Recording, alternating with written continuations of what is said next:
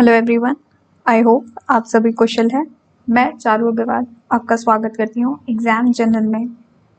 आज मैं अपना जो अभी मेरा 19 जुलाई को एसएससी सीजीएल 2023 का टियर 1 का एग्ज़ाम हुआ था, तो मैं अपना पर्सनल एक्सपीरियंस शेयर करूँगी, प्लस जो औरों से मुझे रिव्यूज़ मिले हैं पिछले जो 4 दिनों में जो एग्ज़ाम हुआ है उसका मैं आपको रिव्यू दूँगी और एक आपको बताऊँगी कि इधर-उधर वीडियोज़ में टाइम वेस्ट ना करने से की जगह आप बस ये टॉपिक्स रिवाइज़ कर लीजिए, तो आप गारंटीड है कि आपकी कट ऑफ जो है क्लियर हो जाएगी। अगर आपने ये मतलब एक शर्त ये है कि आपने पहले से ही कम से कम 5-6 महीने की अपनी मेहनत करी हो, तभी ये चीज़ आपके काम आएगी। अदरवाइज़ लास्ट मोमेंट पे कुछ भी करेंगे वो किसी काम का नहीं होगा। तो मेक श्योर कि आपकी मेहनत है, तभी आप इस चीज़ को फटाफट कर पाएंगे अगर आपकी अपकमिंग शिफ्ट्स में एग्ज़ाम है। तो हम टॉपिक्स क्या करने हैं, मैथ्स में मैं बता देती हूँ क्या क्या कवर करना है।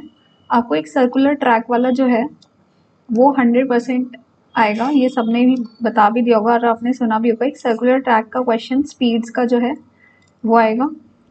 टाइम एंड वर्क से क्वेश्चन आ रहे हैं, तो वो रिवाइज कर लीजिए।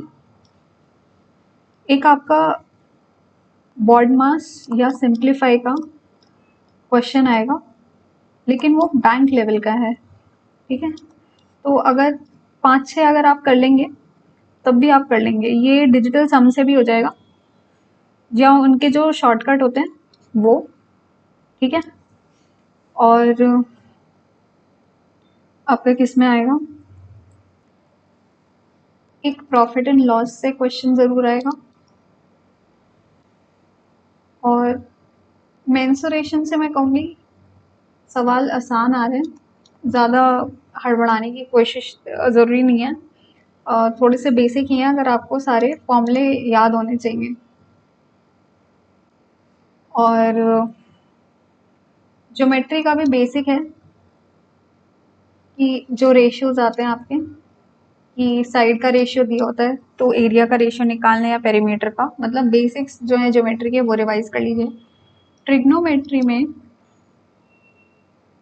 आप फॉर्मूले जो हैं आइडेंटिटीज वो ज़रूर देख लें, ठीक है।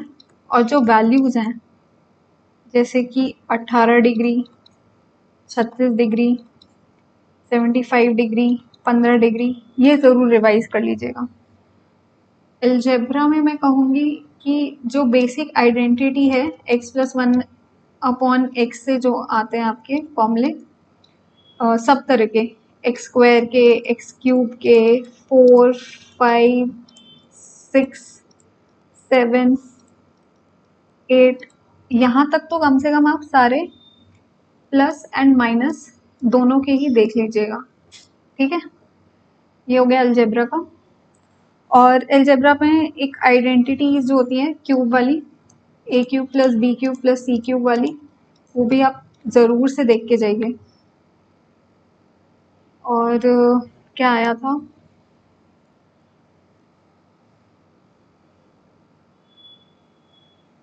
डीआई में जो है, डीआई इजी था, विजुअल रिप्रेजेंटेशन वाला मेरा एवरेज में आया था। कुछ का मुश्किल भी हो सकता है कि जिसमें डबल बार आए, मेरे में 3 बार्स वाला आया था, लेकिन आसान था, बस एवरेज निकालना था।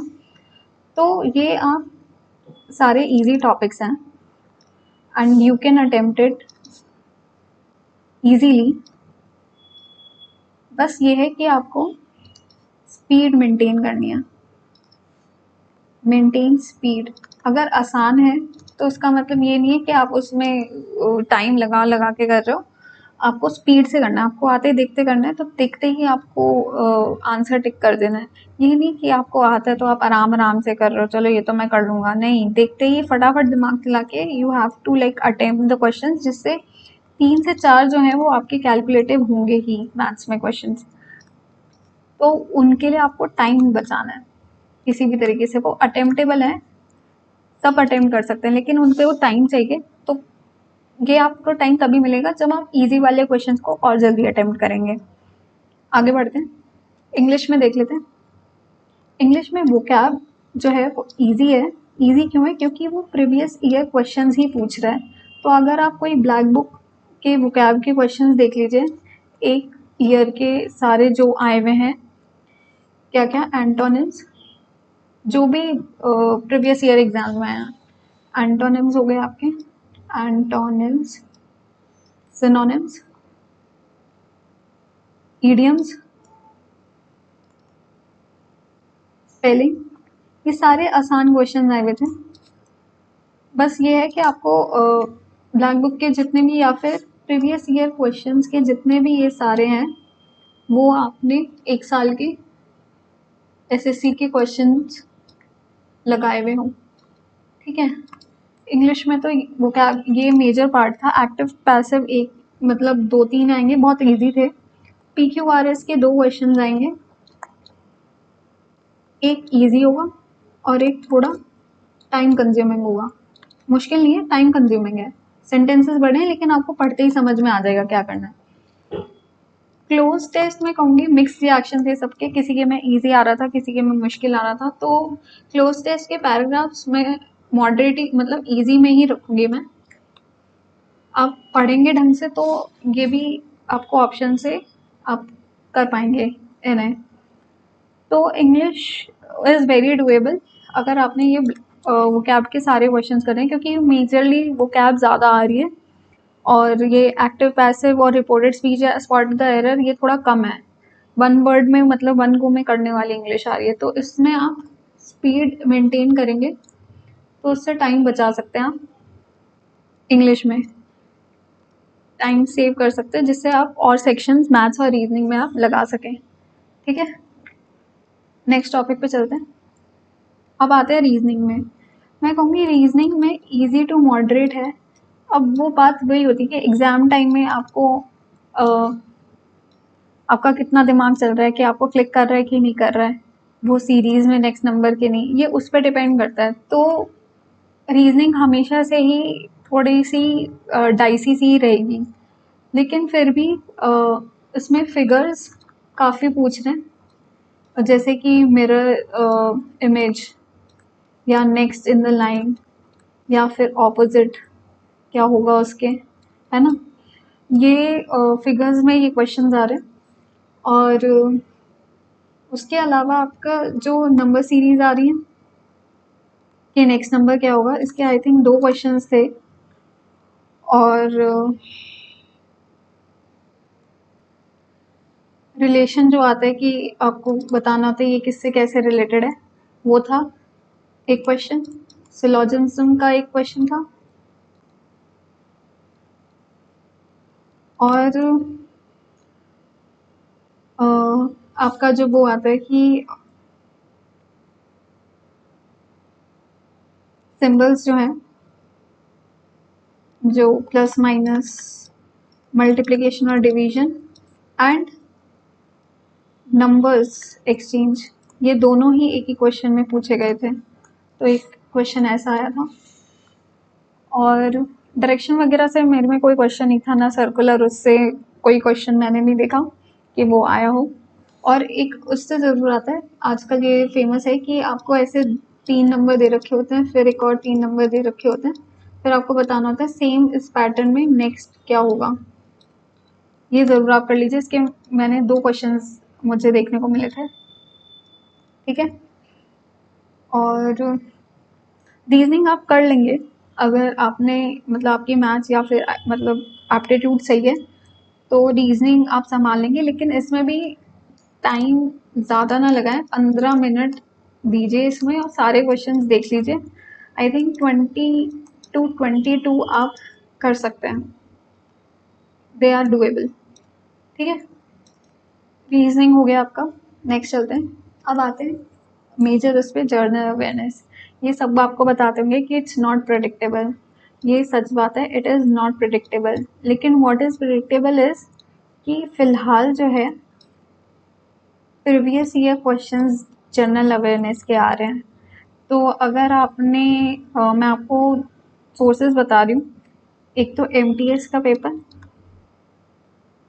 और एक CHSL के प्री के, अगर इनके GK के 1 लाइनर्स अगर आपने सारे देख लिए ना तो मैं कह सकती हूँ आपको 13 क्वेश्चंस आप इजीली जनरल अवेयरनेस के कर सकते हैं।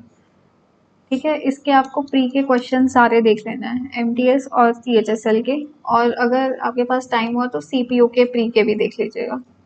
ठीक है, ये बहुत very important, very very important है ये। अगर कुछ भी, ये तब है कि आपने जीएस में बिल्कुल भी कुछ नहीं कर रखा, कि डांस म्यूजिक कि आपको बिल्कुल नहीं रटा जा रहा है, तो आप ये ज़रूर एक बार इन पे निगाह मार लीजिए।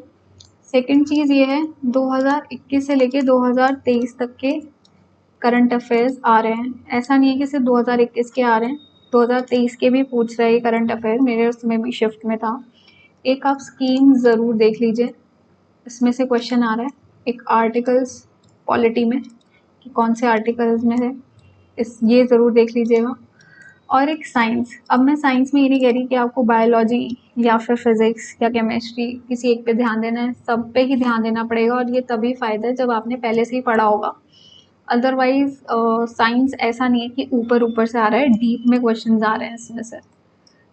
और क्या टॉपिक बचा आपका?